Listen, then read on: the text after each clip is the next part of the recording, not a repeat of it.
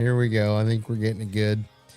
I'm just going to go ahead and turn it off. Hey, we're live. Check it out. All right, we're there. Hallelujah.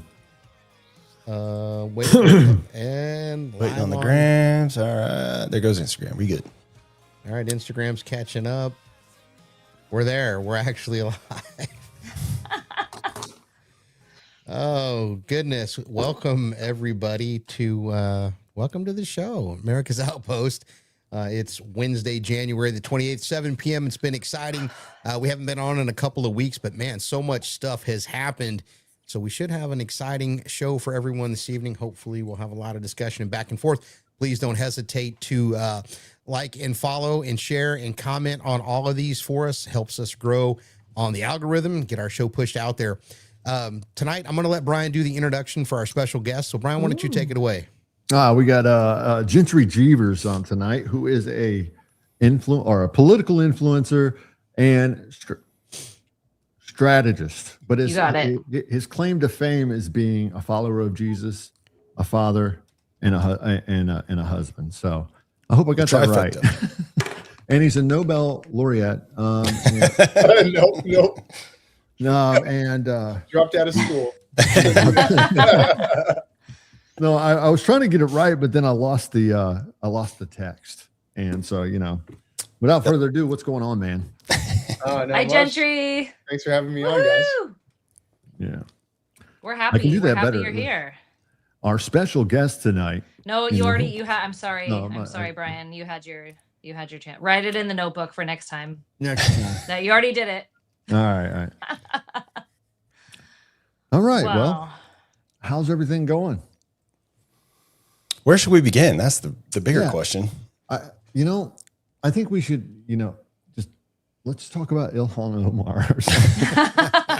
Okay, let's do this. By a show of hands, who thinks that was completely staged? Well, that and our new sponsor, which is apple cider vinegar. But man, Axe what a body joke! Spray. Come on. Yeah. Oh, there we go. Actually, that would smell nasty. How long do you think that she prepped? Do you think they did like a dry run beforehand, where she was gonna be like, and then I'm gonna be tough and I'm gonna chase after you and be like, we don't give in to terrorists like that. You that, bro. You scallywags. I mean, you would hope that they would do a run through of that.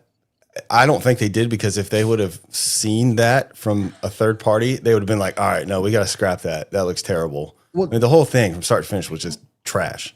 If you just look at like when they play the frontal view of this guy or whatever, and it's just like, he looked like he was on drugs or drunk or both. What is going on? Why would they put him in the front row? Yeah, Ashy Larry up in there, man. And then what's the bodyguard doing? He's like peeking around the corner waiting. And I'm like, man, if that was a real situation and that was my bodyguard, you're fired. I can't. You barely did anything. Like, get out of here. But you make a quick $100. Yeah, exactly. You don't think it can get any worse until you start seeing these virtue signaling celebrities like John Leguizamo. Who was it today? Molly Ringwald. Yep. Who? Exactly. John Leguizamo. I know, obviously. ChatGPT. We love the 80s. It's bad. And then every day there's something new. Like today with the new video of Alex Pretty, kicking off the tail light and things that just happened. And dude, I don't even know what to believe anymore. You know what I'm saying? Well, I got a question for you boys, because I'm not well versed in this. I've never broken a bone in my life. Nothing. And this guy allegedly broke a rib a week prior in an altercation with federal agents. And here he is like kicking and throwing. And like, first of all, why would you be up and out and about with a broken rib? Yep. Second, why are you trying to fight federal law enforcement agents? That's so stupid. Yep. And third, like, what? You must be so distorted in your mindset of what you're trying to accomplish here to like drag your broken ribbed body out of bed and pack a couple and go get into it again. I don't get it. Help me understand.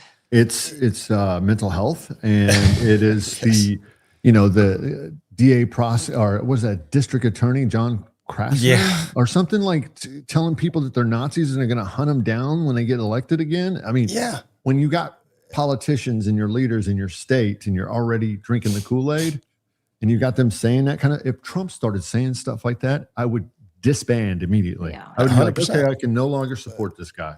And They can't do that. I think the answer to the question is we've seen the evidence, and I forget the guy's name that got into the signal chats. Somebody knows it. Help me out here. Cam Higby, Higby, yeah. So not only did he get into the chats, they got a copy of the actual manual. So when you've got people that have been so indoctrinated and they're such believers in their cause, they're going to fight through pain. They're going to go out there and do stupid things because they've been told they'll be rescued. They'll be saved. Don't worry. We've got your back. And now we've got the footage. It came in from the BBC. It says new footage obtained by the BBC appears to show Alex Preddy with a gun on his waistband, spitting on federal law enforcement and kicking the taillight of their vehicle 1 week before he was shot dead. So this isn't just some random guy out on a walk who happens to be a licensed concealed carry guy. Just wrong place, wrong time. No, he was actually engaging in activity. He knew exactly what he was doing. Exactly. I don't like to talk about these things. Even the girl that got shot in her car, it really creeps me out to talk about it because no one wants to see anybody get killed. Exactly. But unfortunately, that's what's happening as the things have been escalated. And you guys said it before I started talking. They have ratcheted up the rhetoric to such a level. And this is, if you take it down to its base, it's tribalism. You know, my side versus your side. It's no different in mentality than the jihadist that walks into a market and blows themselves up. 100%. Literally. Okay, Brien, I made this exact comparison. It sounded a little tinfoil hat, sounded a little fringe, but it's like strapping on the vest. Like you think you're going to go and you're okay if you're putting your life on the line for your cause here. It's a noble cause. Especially today, look at what happens to your family. Like you get honor for your family. You get a GoFundMe. You're martyred. I mean, it suicidal gives you people benefit. Well, but people who can be manipulated to, maybe they think it's really not going to happen, but they have put that cause above any kind of rational thinking. We talked about that with Renee Good about how they left their children I still don't know how many kids these two women had together. They left a kid, at least at a minimum, to drive over here and both participate in this.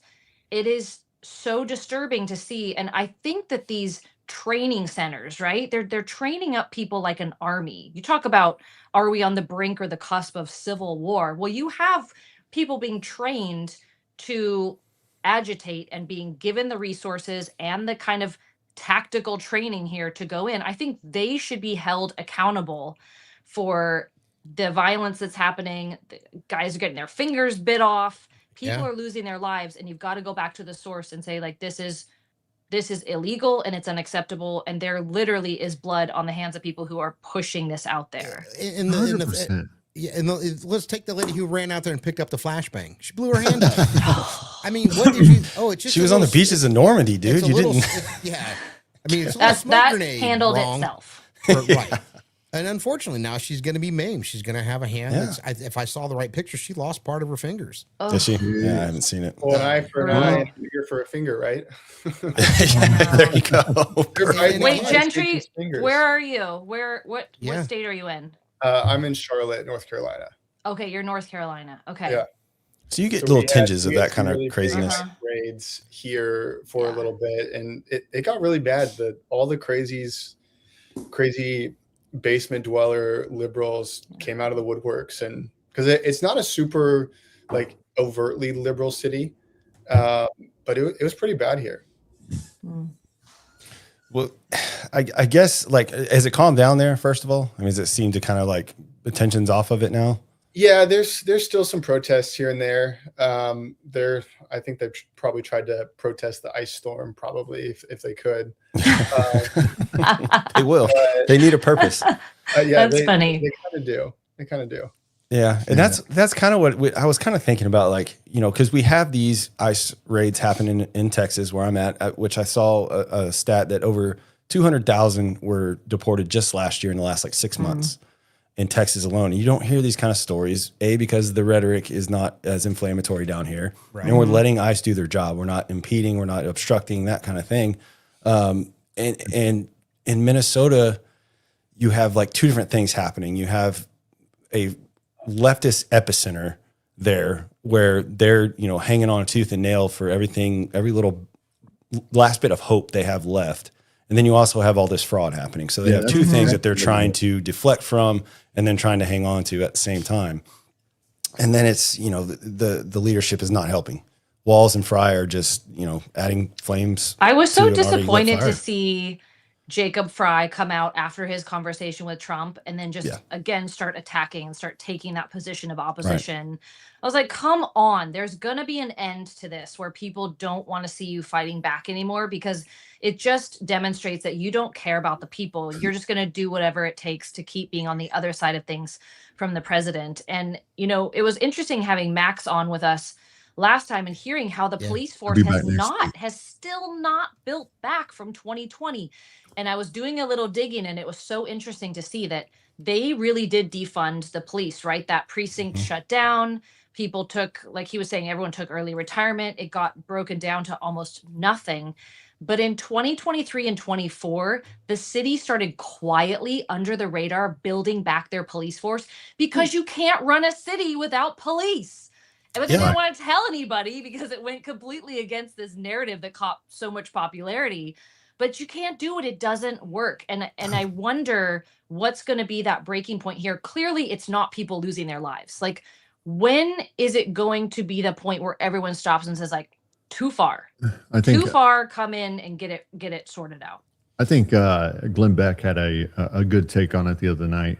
He was talking about how President Trump's reframing the whole situation by doing what he's supposed to be doing and saying, hey, look, we're going to scale back a little bit. We're just going to focus on the criminals. Don't you want the criminals out? So it's kind of a bait and switch. And then, go ahead. I've got a thought on that, because liberals do this all the time. They go haywire and overshoot the target by a mile. Yes. And then when they back off, they go, well, see, we backed off. Right. But even when they back off, they're really getting what they want. So now that we are reframing or right sizing or calming down or whatever the language is, I think this is exactly what they wanted to begin with. Let's just go in there hot and heavy. And yes, there's going to be people upset, and we're just going to have to back off. But when we back off, they're going to feel like they're winning, but we're still getting what we want. Right. So I think Trump's art of the deal. Yeah, I think that art of the deal. Thank you. I think that was very strategic on his part. Yeah. Yeah, that's exactly. I have kind of the opposite take. I think that what we found out with Cam Higbee and 0 Hour on Twitter with the Signal group chats, I think we discovered that there is an actual insurgency or terrorist cell group that has been building in Minnesota. And that kind of sucks to say, because it's American citizens, it's, friends and family of people who are good people, who have just been ideologically captured by this weird woke movement. They're total dorks, but they're dorks that are, causing chaos and it's there's people who are in the government who are doing this as well. There's a lot of speculation that the Lieutenant AG is involved in this, that they have access to national databases, which you can't have unless you have, certain clearance or a certain job in the government. And so because we found out about that, honestly, I think we should go in and crush them. Yeah. Crush. 100%. That's a great point. And because here's what's going to happen. If Minnesota decides that this is a win, which they definitely could, they're going to copy and paste, export that to another blue city. And that blue city is probably going to be Seattle, San Francisco, Portland, Chicago, like you name it. They're going to do, like New York for sure. And then we're going to see this happening all over the country, and it's going to spread us thin. I mean, it's like if you war game this out, it's better to crush the enemy when you can, versus have it be spread thin like this. And I hate to say this because I don't want a civil war, but the level of indecency and lack of respect that these people are showing to like our fellow Americans. They're protecting rapists and fraudsters. They're protecting people that are stealing from them, like billions and billions of dollars. And it like, I think those people who are involved in that, not every Minnesotan, and not even every liberal Minnesotan, but the people who are in that signal chat that are participating, I think they need to be crushed, and I think they need to be thrown in jail. Yeah. Well, I mean, with that level of organization, I mean, there's no other definition other than like organized terrorism. I mean, they have that structure within that signal chat where you could literally call it an enemy force. And, you know, from top to bottom, they have, you know, intelligence, they have, you know, forward observers, they have all the key markers of having like a military, more or less. Yeah. So, you know, you've got a good point. It's almost better to just strike hard and strike fast and get it over with before it metastasizes and starts showing up all over the country. So yeah, that's a great. Well, then too, when you have leadership that, number one, doesn't understand the law, and this is what's terrifying, right? You have an attorney general in the state of Minnesota who literally doesn't understand what First Amendment protections are when they had that city's church harassing raid where they went in, and, you know, he's out there saying, you know, this covers the protesters. It doesn't protect the church and the churchgoers during Sunday service. I mean, that's terrifying on its own. But you used to be able to rely on people in political leadership, legislators, to know the law. And now we just don't. And these would be normally impeachable offenses. Sure. People would resign in shame. And now we just don't have that anymore. They dig their heels in, they stay. And what do? It just continues. And so you kind of have this perfect storm of these situations, and Minneapolis is like ground zero right now for this, right? Yeah. I do think it's going to spread. But when you have a lack of local law enforcement, local and state law enforcement that refuse to cooperate with federal law enforcement, leadership that fans the flames and is participating in illegal activity that harms constituents when they ran on a campaign of public safety. Like, I mean, it's really entrenched at that point, right? And you gotta, it takes a lot of muscle to root it out at that point. I think I think that the crush them attitude is literally my heart. You know, I want the whole thing, like, the media and their lies. You know, I know there's freedom of speech. You don't censor, but then you hold people responsible for their narratives. And, you know, just like if I started slandering you in public, I'm exercising my freedom of speech, but I can still get sued and have my ass sued off. And then if I violate any kind of terms, I can end up in jail because I didn't honor the court, you know? So like there are things to go after, because like the mainstream media, it's pathetic. They're lying nonstop. You got Gavin Newsom, who's disrespecting the United States on the world stage. You've got, my favorite. You've got all of these people that are saying these horrible things, calling people Nazis, and just using that same rhetoric. It's so slick, you know. They think that they're getting away with it, but everybody can see it. And then you have the upcoming midterms, and honestly, this is the first time I've sensed that there's blood in the water as far as the Democrats are concerned. Now, you may think I'm going one way, where it's like, for a long time, I felt like the Republicans were on the losing side of this. And for the first time, I smell blood in the water. I feel like because the louder it is, the more directly you're over the target. And I feel like with what's going on, a lot is being exposed, and a lot of, if Trump can wield the sword the right way, he can really crush this opposition, expose it for what it is. You've seen the Fulton County voting thing today when they went into there. So I see a lot of stuff happening, and it would look like we're on our heels, especially with the pretty and the good shootings. Pretty good. What happened in Fulton County? I feel like hold on just a second. I feel like we're going to crush them in the midterms. I don't think. I think that this is going to be a mass exposure, because they're mistaking all the noise, the little clamoring noise bots that are out there, for middle America, and it's not going to work. A lot of people are approving of this, in the sense of let's have strong law enforcement. Let's get out there and kick some ass, and take the names later type shit. And so, Fulton County, they raided that office. the voter, and they got all the votes. Yeah. And Good. so, Good. anyways, I do smell blood in the water. So hopefully I'm right. And this stuff is shut down. Good Lord. Let's just get it over with already and take it out back. Quit running your mouth. No, you're making a good point, because the public only has so much stomach for this, right? We're done. They want to keep it going. Trump's like, hey, I'm going to go to Iowa and keep campaigning. And everyone's like, great, let's talk about something positive. And then you have, Hobo Fry over here being like, no, it's still terrible. And yeah, I think that we're over it. Yeah, dude. I want to give people something they can go check out on X. And I think all of us probably read or saw this. This comes from Eric Schwalm. And I'm just going to read the first paragraph. It's a long post. But as a former Special Forces warrant officer with multiple rotations running counterinsurgency ops, both hunting insurgents and trying to separate them from sympathetic populations, I've seen organized resistance up close. From Anbar to Helmand, the pattern is familiar. Spotters, cutouts, dead drops, or modern equivalents, disciplined comms, role specialization, and a willingness to absorb casualties while bleeding the stronger forces slowly. Go find it on X. Yeah. Eric Schwalm, SCHWALM. He got reposted by Elon himself. How you stop this is you cut off the bucks. No bucks, no problems. Yeah. And you have to go after those federal dollars that have been confiscated by the criminals and been rerouted through the NGOs to these people to support them. And then, of course, go after their funders, like the guy over in China. I forget his name.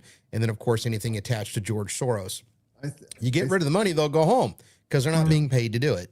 So that will shrink the force dramatically. I think that we're still pretending like this is a gentleman's war. It's not. It's not. It's going to go too far. Yeah, and they'll we've take wanted it to be that way, but they're forcing our hand. We're assuming that, if we stop the money this way, we'll be able to shut them off. Dude, we thought we were doing something with USAID. Now look at all the dark money pipelines. I bet you there's another level to this that we're not even aware of yet. It's more out in the open, right? Yes. Like now it's almost commonplace that like the protests are funded and these groups, these anti-whatever the thing is of the day are funded with, I mean, we're talking tens of millions of dollars, and people are out in the open saying, I think they almost take it as a badge of honor. Like, look, I've got 20 million. I can go fund this. I can go fund that. But I think that they're creating a beast that's going to get out of their control. It's going to turn on them. It's going to go too far.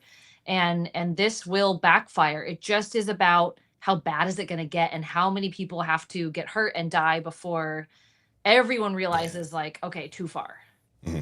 Well, and the sick part about it is it's our tax dollars ran through things like USAID into NGOs because George Soros didn't use his own money. He used our tax dollars. We were robbed, and then they used that money against us. Oh, he's a billionaire. He's got all this money. Billionaires don't use their own money. I'm sorry. I wouldn't know, Aaron. Well, no, millionaires don't even use their own money. So, like, it's... Man, we haven't even let our let's see what our guest has to say. We've kind of been running wild here. I think he's more entertaining. You gotta jump in there. This commenter has a good thing real quick just before he says the people won't go home if the money's shut off and they don't work anyways. That's a good point. A lot of those people don't work anyways. I think money is a very powerful tool. There was one theory that kind of ties into what Brien was saying, that they built new pipelines to funnel money in, and then I bet you there's a ton of foreign influence in this as well. But if we do figure out a way to cut the money off or make the punishments for these people so severe that they don't want to create any more martyrs, because I feel like that's what's happening is with Pretty and Good, they're just creating more of an angst, more of a reason to go out and try to do this. And I think the messaging has to be tight. The messaging has to be, these people are trying to defend illegals, and we don't know why, because they're stealing from you. And this is happening all over the US. It's not just in Minnesota. Minnesota is just maybe the first domino to fall. But I saw a video from Dr. Oz. He's going around in California, and he's uncovered billions of dollars of healthcare fraud. And there's reports of, New York being way worse than Minnesota. There's I've got some friends in Seattle that are doing this for Somali fraud up there. They're actually going in. They're saying that they're protecting the Somalians, and I think the model that we use is we get these people to say stupid things, and then we clip it and we post it everywhere. Mm-hmm. Yeah. It's just like what Libs of TikTok built her whole platform on, because when it goes viral, normies will see that and they'll be like, wait a second. Exactly. I'm getting fleeced. I did the math. And so on the low end, if the fraud is just like marginal, people are working about 3 weeks a year to pay for fraud. On the high end, it's like 6 to 7 weeks. Per person in the entire US. Yeah. But how much fraud are we? Are we talking 20 billion of Minneapolis fraud, Minnesota fraud? Or are we talking like? I'm talking like half more, a trillion to 500 billion. which is a good part of that. Yeah, because interesting. Typically people work about 3 to 4 months to pay off their tax bill every year, which is also ridiculous. Well, and it begs the question, how much, because of all this fraud, all this cost of living issues that we're having, how much of that is because of fraud? I mean, it's got to be a huge portion of it. Mm-hmm. It is. And Elon, when he came out and said he could find $1 trillion worth of fraud, he's correct. Without just didn't give him enough time. The more and more stuff. I think it's like fraud, waste, and abuse, right? It's not all just going into, someone's pocket or their mansion in Nantucket, but it's all inflated costs. Like, I mean, you hear about the cost of parts and stuff for some of these military equipment, which I understand there's it's going to be inflated no matter what. Waste, though I call that fraud. You could call it. Yeah, you could make the argument there. Yeah, I mean, what's the definition of waste when it comes to government spending? Well, we bought too much paper. All right, you wasted some money on paper. But when you're overpaying, which the government does because they've set up mechanisms that you have to go through this certain process to get this certain thing, and even though this person over here might have the low cost option, we can't use him because he doesn't fit this particular criteria. So it's not about saving the taxpayer. They're trying to level the playing field through all of the mechanisms that they put in place over the years and disguise them as equality and good for everybody. And we have to be fair and all this other bull nonsense. That's how they've been able to get away with it. Yeah. And if Americans were actually doing good, financially, if every American had been raised on principles, work hard and not try to be everybody has to be an influencer now. Everybody has to be some kind of easy job. Somebody, now I just don't even want to work. Screw it. It's that ideological subversion that's going on in America. So if we're weak on one front, then we're weak and we're able to be destabilized on the inside. And that saying that everybody said that, they'll destroy America without firing one shot. And it's this guy, Yuri Bezmenov. He's like ideological subversion is the process which is legitimate, over and open. You can see it with your eyes. The highest art of warfare is not to fight at all, but to subvert anything of value in the enemy country. A person who is demoralized is unable to assess true information and facts tell them nothing. So that there was actually nobody that ever actually said that. It was just a paraphrase that people kind of put together. And this is what's happening. It's been happening for a long time. And now we're weakened enough as a country, even though we got the baddest ass military in the world, but still we're weak enough now. And we haven't been paying enough attention to what's going on in our own backyard that we've got all of this subversion that's been going on this whole time. And demoralization. I mean, look at the left. They are a product of being demoralized for so long. You have this being pumped full of all this negative rhetoric. They're Nazis. They're this. This is the end of democracy, all that kind of stuff. And they're completely demoralized enough to where they can be manipulated to do these crazy things like obstruct law enforcement or abolish ICE. All these little fringe movements that you see, they're desperate. They want some sort of semblance of reality that they used to know, and they'll do anything to capture it. So, I mean, they've been completely ideologically captured.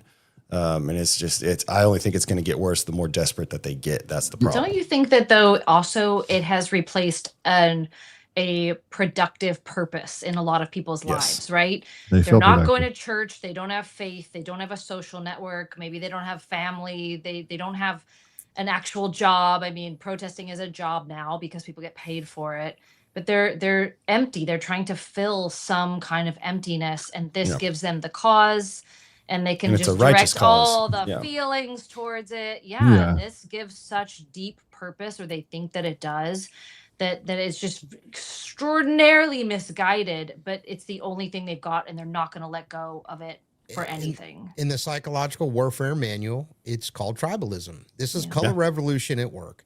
This is book, chapter, and verse, CIA color revolution. They're the ones that invented it. They're the ones that put it in place, and it's us versus them, or them versus us. It's as simple as that, because you've got people of all shapes and sizes on either side of the debate, and the news media would make us believe that it's this many people who agree with the riots and the protests, when it's really about that many people, because they give them that platform and that stage. And what do? We have a little show where we go live, and we hope to impact as many people as possible. And there's far more mainstream media news sources than there are Fox News sources. And even sometimes I've got to turn off Fox News. I'm like, I can't even listen to you guys anymore.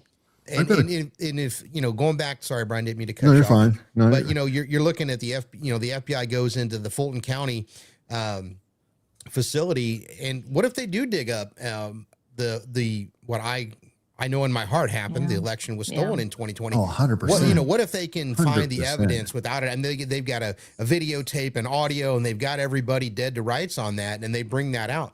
Can you imagine how many of the robots that they're going to activate, when I call them robots, the pre-programmed rioters, they're going to turn their minions on, and they're going to say, have at it. And it's going to be ugly. They're gonna, dude, there's only one way out of this, and that's a fist fight in the field. So like no, listen, we don't want to get to blows. 100%. I don't get it.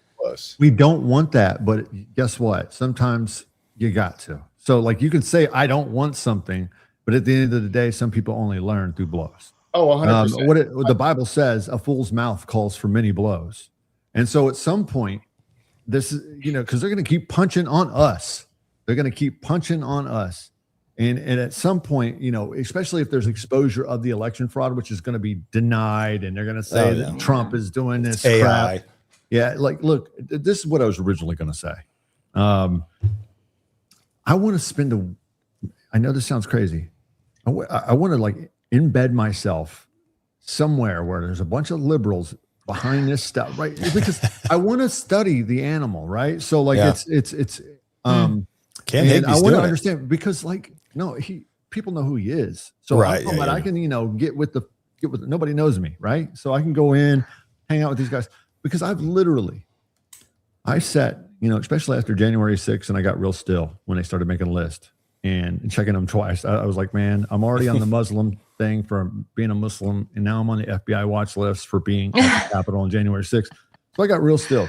So I went on a journey, and I watched all their liberal programming. I got in the blue sky threads. I got into, I listened, and I still could not be, I don't know what it is about them, but I'm more middle. I'm an independent, and I can see certain arguments from the psychologically sound left, if there is some, like Fetterman's.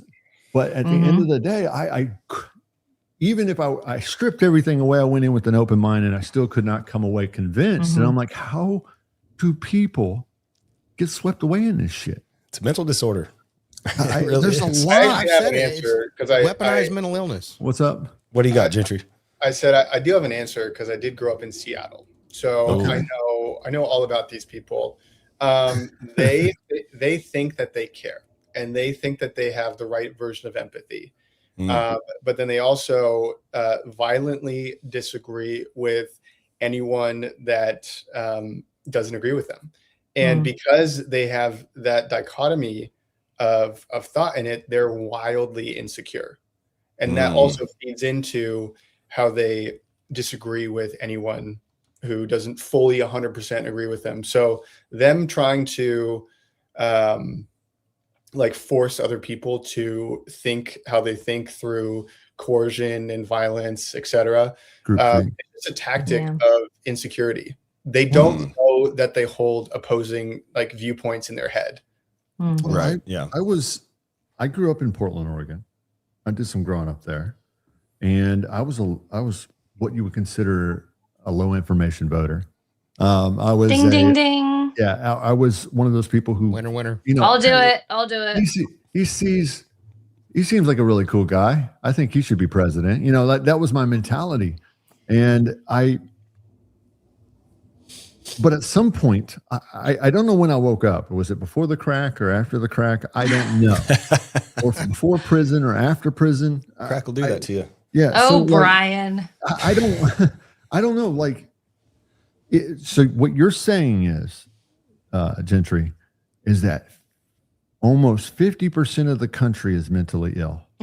That's not what he's saying. That's what I hear. You can make that argument. No, but listen, I let me interject here because I talk to issues experts all the time. I talk to people on both sides, but I will tell you that people on one side of the political spectrum do not like to be interviewed. They don't want to go on the record. And I think this all speaks into what you guys are trying to arrive at here, which is, you know, there so many times when I interview people and I hear what that moment, that turning point moment, that tipping point moment for them was. And you always hear of like Democrats becoming Republicans, but how often do you hear about Republicans switching to the other side, right? It's like men playing in women's sports. Where are the women trying to play in the NFL? They're not there. Yeah. Okay. But Yeah, look, that most of them have had that moment where they'll say almost to a word the same thing, is that we as human beings, God created human beings. We are wired to recognize truth. Even if we have been brought up in some bubble, when we hear truth, it hits you right straight in the center, and you know that it's right. And I have heard that over and over from people. And I think that when it comes to politics and you have a group of people who cannot make the case for why they believe what they believe anymore, today's Democrat Party is not the Democrat Party of 30, 40, 50 plus years ago. It's completely different. Even They don't 20. know what they don't know what they believe in. They don't know what they stand for. They don't have a platform. They don't have planks. You know, opposition is not a position. Right. And when you have a party who's stopping and saying like, okay, let's step back and like think for ourselves. And Brien, you hit it on the head, like be an independent thinker and see what resonates with you. Yeah, And the agree with Republican Snapback Party is not all the time. perfect by any means. I mean, there are things that drive us all crazy and we wish that they would do better. But when you look at the options today, it always blows me away that people would be so siloed in that way of thinking. And I think it comes down to education and not knowing our country's history or the history of the parties or any political science or history whatsoever. That I think it comes down to that. And is that if you have the information, if you're a high information voter, Aaron, that was for you. Did you enjoy it? Well, I know, but you know, I did. The pathway is clear for people. You talked about liberals and voting. Now we've got a violation warning on TikTok. We're Well, being pushed God. out. You know, Did I do it? Way to go.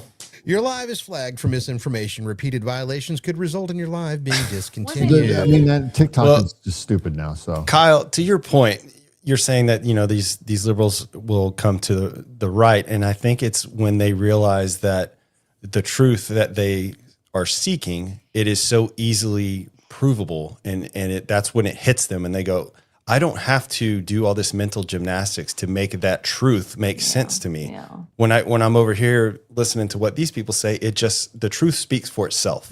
I don't have to convince people of the truth that I think is happening. I don't have to do all this mental gymnastics and stuff. It is what it is. And they know that in their heart. And then when they can finally let go of that, that's why you see them coming over here. Yeah. Well, they come up with Phrase, language. have you watched the whole clip?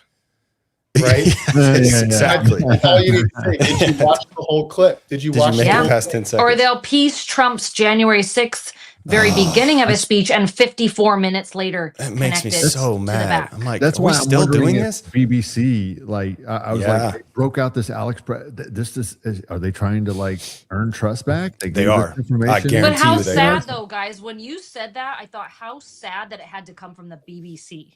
Exactly. That's a good point. Like that is a and they're even saying real they use indication of where we're their at. facial recognition software. Like, where did you get that software? And why are you telling us that you're using software on our citizens? Well, because they double checked because they didn't want to screw up this time. Well, they're part of the Yeah, Five maybe they're Eyes. trying to get in Trump's good graces again. Yeah, What is that lawsuit? Like a $75 billion lawsuit?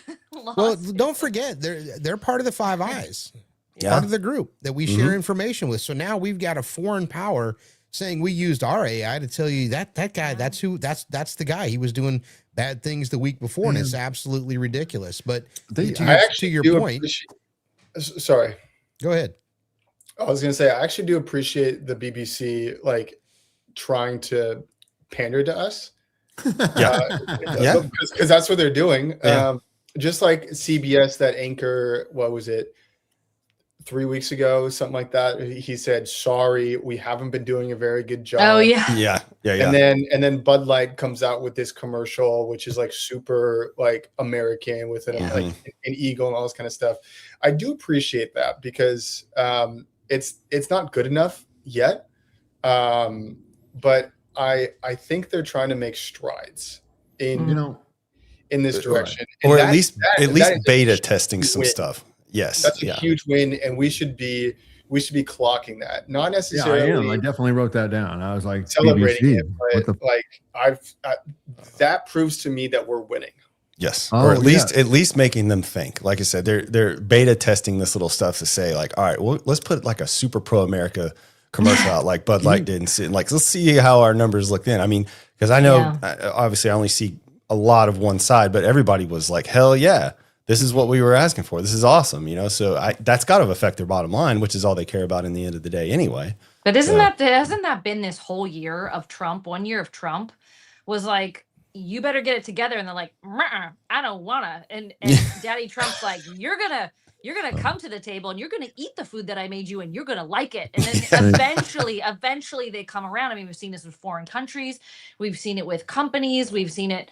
Like every single time these detractors, they don't want to do it, but he has flexed so hard. And I think that's what we're loving is like, yes, finally, after we had someone literally asleep at the wheel, which by the way, that whole auto pen thing was like a total coup d'etat, and we're still not even dealing with it. The legal ramifications of that an entire president and an administration was run by someone else's staff, like Joe Biden. Anyway, I digress, but I'm just saying, like, we're finally so strong and so tough that people are coming around on every front, and you've got to love to see it. I think that, there's a lot there. I think also that proves to the left that we're not out there actually politically persecuting people just for fun. We're going through things and actually itemizing what's going wrong and trying to overhaul a system while at the same time trying to change things on the world stage and taking all the heat that they're taking. So kudos to the Trump administration for being able to even keep their freaking direction, their true north.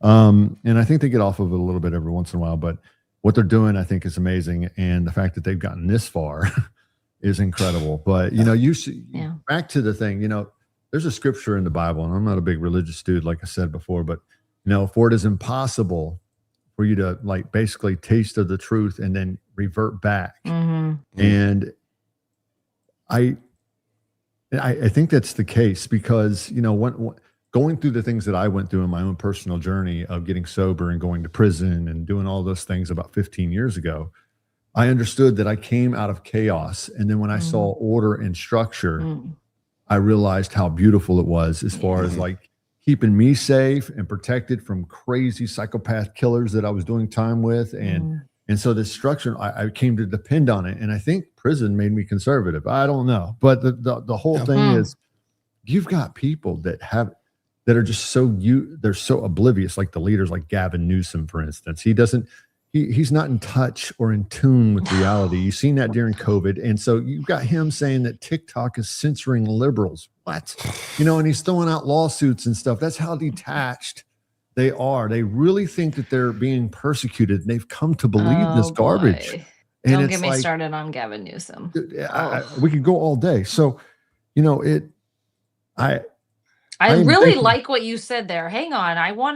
Let's rewind the tape for 2 seconds. Clip that. Prison made you conservative. And I wonder, I just want to dig in just a touch because I haven't heard this one before.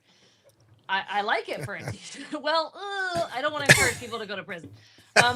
Send their ashes to prison. But hang on though. Like when you go to prison and you are actually experiencing a consequence of what you did, it strips you down to really kind of a real base level of existence, right?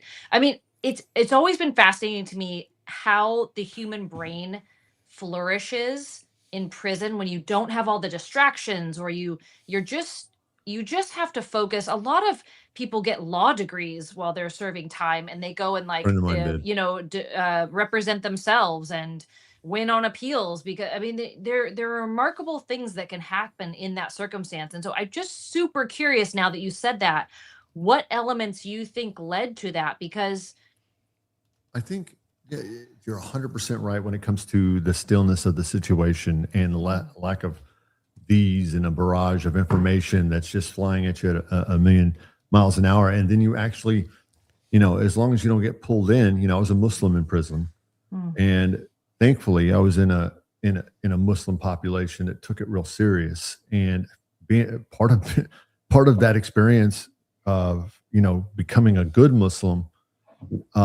allowed me to understand the nature of right and wrong, because a lot of people say, well, he knows right from wrong. Well, we know our version of it. And so then you get this solid foundation, which later on I left Islam, but because you got to graduate at some point, and so like the thing is, I think for me was understanding that, peace and tranquility can be found in law and order. Freedom is found in the law. And that's what the Bible teaches. We look at, it's not a rule book, it's a freedom book. Wow. And so that for me, when I started to see the peace, because I was in the streets, I was tossed around from group homes, abused by staff, doing all of those things. And then when I finally got into a place where there was structure and law and order, I found my center in that. And I was able to flourish, like you were saying, mentally and emotionally, have great conversations with people. Dude, some of the most incredible individuals, thought leaders, people that are in, some of the most talented musicians, some of who did not have that structure and order, did not have that family foundation. When they get to prison and they have that solid foundation and that structure, you're like, dude, I want to know this person for the rest of my life, because they are incredible individuals, and you find yourself in that situation. Wow. Yeah. And so that stability, and that's why I think when I came out, it's why I did. I don't think I understood that that freedom was found in the law, and that in order to maintain, it's that peace through strength. In order to maintain that freedom, that ability to do things, you got to respect your freaking neighbor. Wow. And that's so profound, man. Yeah. Super profound. Thank you for explaining that. I mean, it makes perfect sense, right? Yeah. And then you had to walk through the valley, the deepest, darkest part of the valley, but to see it completely broken down and then build that back up, what works? And that is what works. And when you look through the history of our country and why we have this Constitution 250 years later, which is unheard of on a global political structure scale. Right. Like, that is what it is. You do have to have rules. You do have to have law and order. And some basic level of respect for each other. It just doesn't work without it. And thank you for explaining that. That was fascinating. You have to have enforcers of those rules, and there has to be consequences, swift consequences. Sometimes people have to get burnt by it and hurt by it in order for other people to understand and learn a lesson. Proverbs, going back to the Bible again, for some reason I'm on some kind of religious kick tonight. I'm here for it. But there's, Proverbs talks about, look at the fool and look at his folly, learn from it. Don't do what the fool does. And I'm paraphrasing. And so we can learn, from watching other idiots, useful idiots, do what they do. And we're saying, I'm good. And then when that person that's causing all of that ruckus gets penalized and removed from the situation, and peace comes back to the vicinity, you're like, oh, thank God. And so really a lot of these countries that are destabilized, if they had a strong army that came in there and structured them out, they could find that peace and that freedom. Because like I said, freedom's found in the law. So that's it.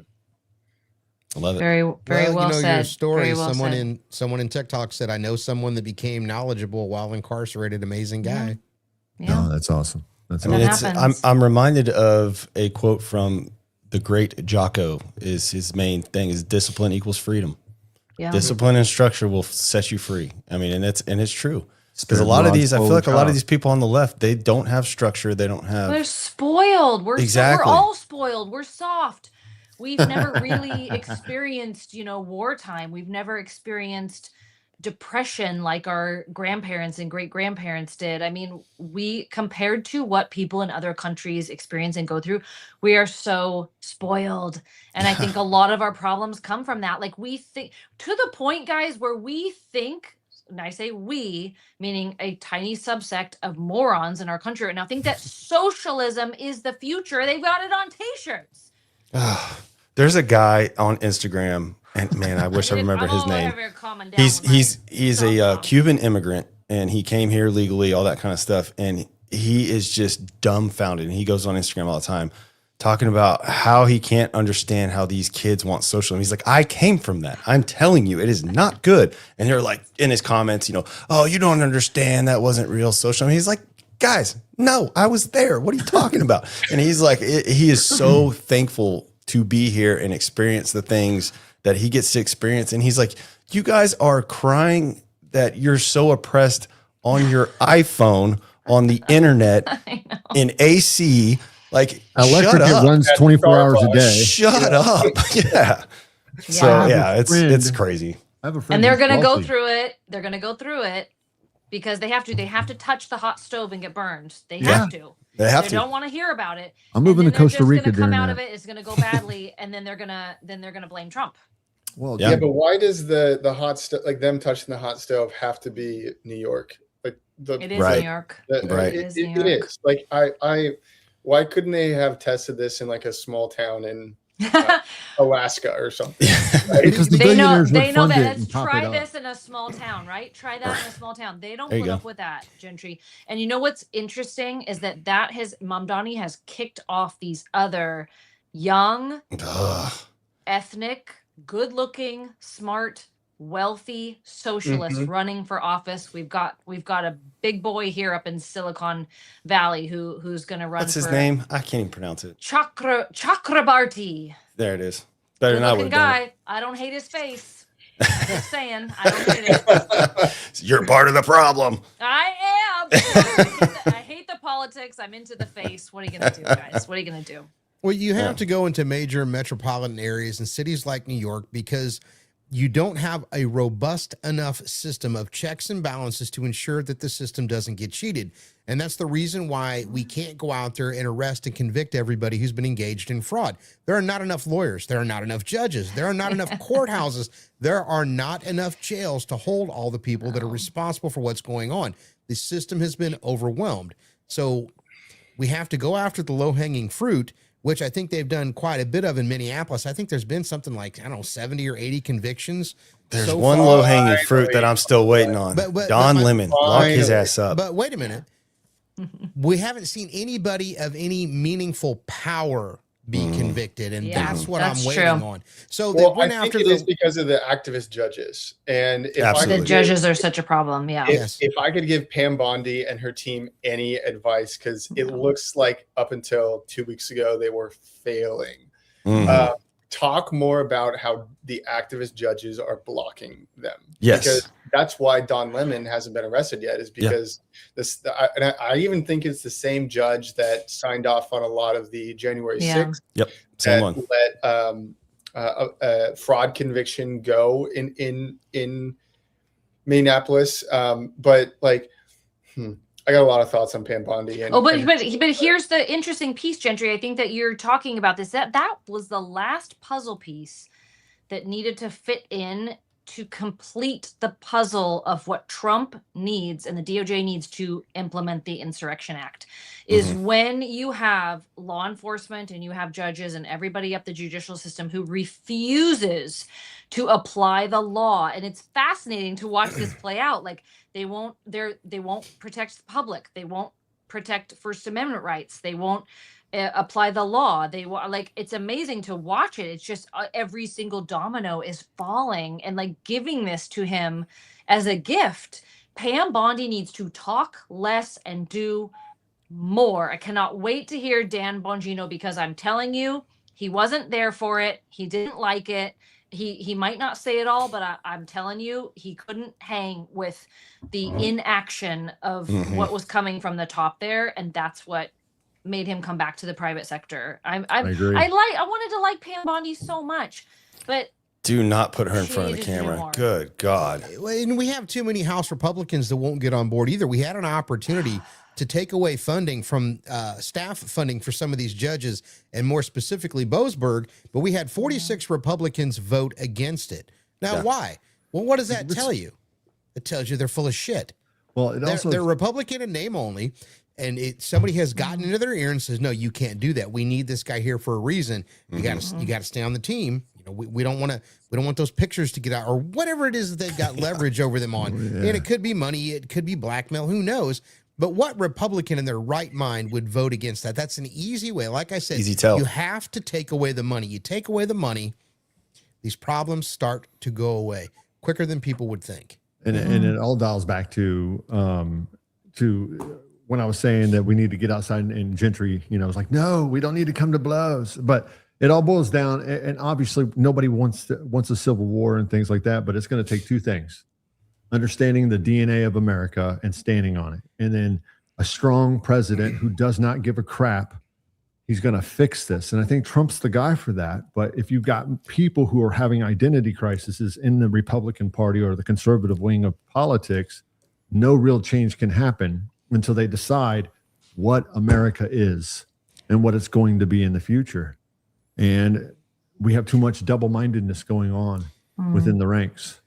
Well, I can tell you we are one of the greatest countries in the entire world because we have an immigrant who married her brother and defunded the population, the taxpayers, by $30 million. And has a wildly successful wine business. Oh, my gosh. That's gone. That's been scrubbed, by the way. Yeah, totally scrubbed. Yeah, they can't find it. Totally scrubbed. Doesn't exist anymore. Like, let's just wrap up this really successful wine business. We got tired of it. In Congress, we are the most amazing country in the entire world, you guys. Yeah. Which I think Ilhan Omar's House of Cards is coming down. I think her little stunt today was part of her. Yes, I think that stunt she did today or yesterday was part of her death throes, and that was her desperate attempt to stay relevant. And yeah, I think she's toast. The whole winery thing, I think, is damning. Her marrying her brother is damning. Why does everybody need a winery? Come on. Yeah, I mean, well, I think they figured out that was an easy way to. Why don't I get a winery? Yeah, right. We're in California. Tell us all about it. Yeah, as you drink your wine. Think about you got a winery, Kyle? Think about the decades they got away with this stuff. Like wine fridge. Decades. For decades, they were able to get away with this. I'm going to say something, and somebody out there is going to take it the wrong way, but love it. I want to be really clear about what I'm saying. I think that our country needs a political cleanse. And the reason. Okay, but listen. Release financial records. All of them. Release the photos. Get all the skeletons out of the closet. Whatever. Pull the Band-Aid off. We have survived Bill Clinton and Monica Lewinsky. We have survived. I mean, who cares about Epstein anymore? Just get it all out, clean it all out, let everyone see everything. We all know, people are doing drugs and people there's gay sex on the floor, but just get it out once and for all and let people make decisions based on what's real, because I think right now we have a government being run by people who are just all they're focused on is covering certain things up and nothing is getting done. Yep. And there's got to be it will never happen, but I want it to. I would like to see the cleanse. I wish there was a lever that we could pull as citizens to say every single person in the government, left and right, you're all out. We're starting on a clean slate. Everybody's out. There's no legacy, whatever. I've been here forever. You're not grandfathered in. You're out, and just start over. We actually did that about 250 years ago. It's called Is that revolution? Is that the word? The new I think Republic you're of the talking about United term States of limits, America. Brett, and I think Revolution light. I actually don't like think what you said there, and like the other side of that is, I almost think that whenever some damning news drops on a politician or someone in power, that they didn't succumb to the blackmail. Oh, that's a good point. It's kind of like a weird way to think about it, and like a warning shot. Yeah, like a warning shot. Obviously, not everybody they can do anything falls to you, in that, but like I think about the war games and all the blackmail, and if someone says no and calls the bluff, they're going to dump it in the media, and I'm like, I wonder what happened there. I wonder what they were trying to get that person to do. That's a great point. It's like they can put anything. They can put anything on your phone. They can put anything in your computer, That's next true. thing you know, you're a pedo, and all of that stuff like that. So you don't know what is truth. But I do want to talk about something. How much time we got left? Well, we're at the top of the hour. I was about to cut everybody off, but go ahead. Let's finish that. Let's finish out with your thought. let's go. I want to just kind of throw this out there. Thoughts on Iran? Yeah. Thoughts on Yes, Iran? please. That's Because the next. these are my Yeah. people. And I mean, America's my people, but my extended people. I was over really in Iran. hoping we could talk about Iran. Thank you for bringing it up. And so I want to have see where a everybody stands on resurgency of that. hope. I'm already talking, so I'm obviously going first. All right. Well, yeah, okay. That was so rude, You have the but floor, madam. I'm so excited because, we have been wondering what's going to happen, and we know how Trump operates, right? He's not going to just leave them abandoned after all of that. And now we see this kind of like ramping up again. We know what he can do, and he's calling them out. This is his pattern. He says, do the right thing, and I'm going to give you every opportunity to do it. And if you don't do it, I'm going to systematically, precisely go in, and I'm going to take out all of your reserves. I'm going to take out, your whatever, all those little things that only matter to the regime and those people at the top. He can go in and get. And I don't think that he has taken this one off of his priority list. And I'm very excited that is happening. I hope you're right, because I was a little disappointed with the tweet today. I was like, oh, really? Yeah, a little bit. We see the force going over there. His words cost probably an additional 20,000 Iranian lives. So and to me that matters. And so when you're telling people, take over your institutions, do this, and get in there. Help's on the way. And he can't go in yet, Brian. He cannot go in. This is not a Venezuela. He can't just go in and extract them. The people have got to do it this time, because we cannot participate in regime change. And I'm with you. You and I are always on the same page on Iran, and my heart is with you. But he's got to set it up and give them every opportunity, plus. And it was good. The silver lining was good that he said something about Iran. And so I'm looking forward to Iran becoming an ally of the United States, and me being able to go over there and visit with family and actually learn about my history there, and meet my family that's there right now. And so I don't know. To me, it's really emotional, and it makes me angry. We want that too. We want that too for you. And so Iran was a beautiful place. Yeah. Fabulous. Iran was beautiful. So. And our ally, our great ally. But we can't. So surgical. You're talking about a surgical strike, taking out their infrastructure and all of that stuff like that. But you've got this cancer called Islam, or Sharia law over there. I don't know how to take that out, Brian. I don't know. And so, my thing is you got Pahlavi. That's the people's choice. They want him back to do the interim government. And he's going to be, moderating things, but I don't know if he's going to survive that, it's because it's so crazy over there, and that's what happens. And I'm not saying that all, and I did make a sweeping statement about Islam. I know a lot of good Muslims who want peace. They want all of those things. I do know them personally, their family. But Iran is not a Muslim country, believe it or not, never was. I don't think so. And so there's got to be a strong replacement of FAFO kind of, strong man, peace through strength, leadership. And I hope that when we do destabilize that government, take them out, make it so that people can take over, that we give them the support that they need so that they can maintain that structure somehow. Yeah. I know to me, that's America first, because Iran was trying to kill us. They've been trying to kill us. They're trying to kill our president. They're trying to do all kinds of things. So it is America first to protect American interests. If I'm wrong, I will eat my words. I cannot see Trump leaving this one on the table. I just can't see it. No. Well, let me ask you this, Brien, because you're more in tune with it. Do you think there's a solution for Iran and the Iranian people that does not involve us leading the regime change?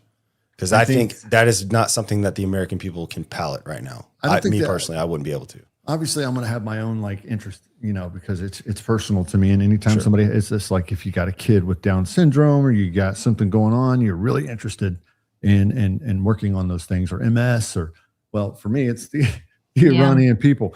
And it makes America safe. I think working with Israel, we're going to have to work with Israel and the surrounding countries.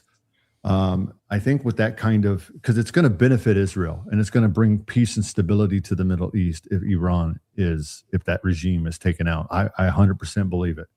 And, I'm sure that there's going to be a vacuum. I think there's a way to parafund it, or something like that, because I know we're going to send money regardless. That's what America does. We like to give our money away, give people's money away, but there's going to be a way to be able to enforce that without putting American. Oh yeah. I think we'll put American boots on the ground in the form of a base that we may put there just to have a presence there. Or maybe in a proxy country or something, proximity, somewhere close where we can do some QRF stuff if we have to. My concern is that we've had such a sour taste in our mouth of, with Afghanistan and Iraq and that kind of stuff. If we start involving ourselves over there again, the American people are we're not going to do it the same way we did it. And that's my point. There's got to be another way we can do it. I don't think that's going to happen. And the story of Iran is a lot different than Afghanistan and all of that. This one's not built on lies of weapons of mass destruction. This one has to come from the people, and that's how it's different this time. It's not going to survive. The regime change has to be. It's being people fueled, but that has to continue. And so our presence or our involvement can only be limited. And like a base. But I do think that I'm so confident. Brian, this one's personal to me in a different way, not in the same way that you have it, but very personal to me in a different way. And I truly, truly believe that when it comes to its end, there will be intervention in the way that our military and the IDF does so beautifully and well. Just the precision and the the brilliance of it. I think that's going to happen in a way that will allow the people enough of a stronghold, enough of the majority to go in and get it turned around for good, because that's the trick, is that their military is so loyal to that regime. And so you've got to break it up that way and give people a chance to really truly take over and be sustainable. I can't wait for Trump. And I'll conclude my little thing here with Iran. Walks to the podium and says, "He died like a dog." He died like a dog. He died like a dog. Because he's crying and screaming. And just to land the plane. They usually do. Yeah, and here's the thing: you got this. The story is so different than it is for Afghanistan. Like, it's not built on lies. You've got you got the people behind it. 37,000 people were killed. Some conservative estimates. I believe that number. I totally believe that number. And it's so bad over there. When you look at it from an economic perspective, and I think people here don't realize, you think about our economics and our younger people who are looking at their future and they think, I'm never going to afford a house. I can't pay my taxes. Why am I even working? It is so much worse for the youth of Iran that, of course, they're in the streets fighting. And you talk about a lack of a Second Amendment situation over there. They get nothing. These people are risking their lives. They're seeing their friends, their family just slaughtered on the streets. What they are risking is so valiant and so courageous. We cannot forget that. It drives me crazy that these people here will be like, free Palestine. And then they're watching this Renee Good. incredible situation play out and they won't say a word. We are watching history be made. This could set them up for a lot of success for years to come. But you can't change the religious part of it. And that is the tough thing. That is the thing that is difficult to shake. And you can have regime change, but you can't have religion change over there. Right. Well, they're not an Islamic country. They're part. It's just like America has Muslims in this country. Yeah. There's a lot. And the thing is, they're not an Islamic country. But unfortunately, most of them have been indoctrinated into to that religion. Gentry, before I know that Aaron's trying to end this, you have any thoughts? From a geopolitical perspective, Trump can't ignore Iran. Number one, it's a humanitarian crisis. But number two, China and Russia are both using Iran as a hub. And so since we've made Venezuela a fantastic ally,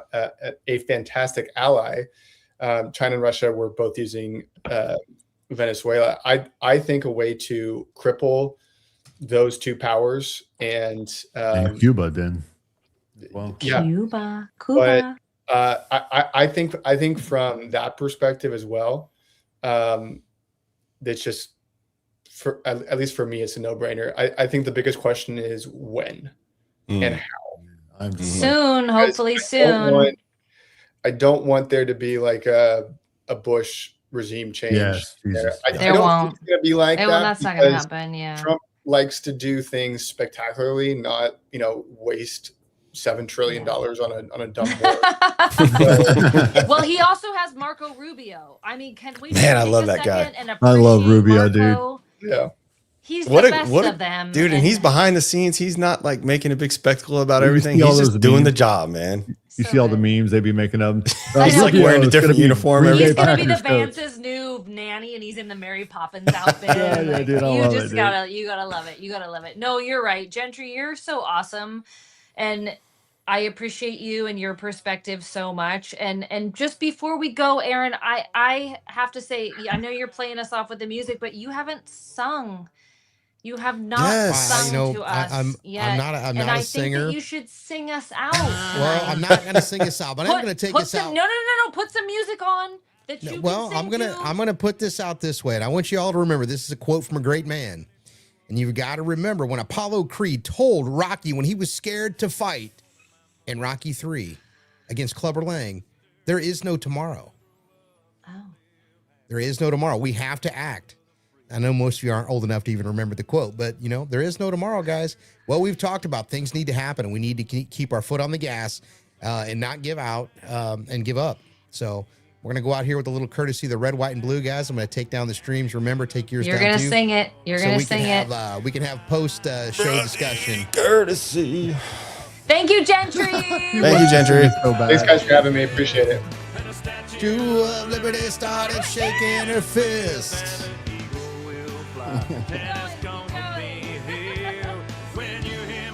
Freedom started ringing her bell. Oh, yeah. He's a blast at karaoke. Yeah, this is decent enough, the low enough voice you can actually sing it. Yeah. Yeah. All right, let me make sure. Let me go one more moment, please. In the stream.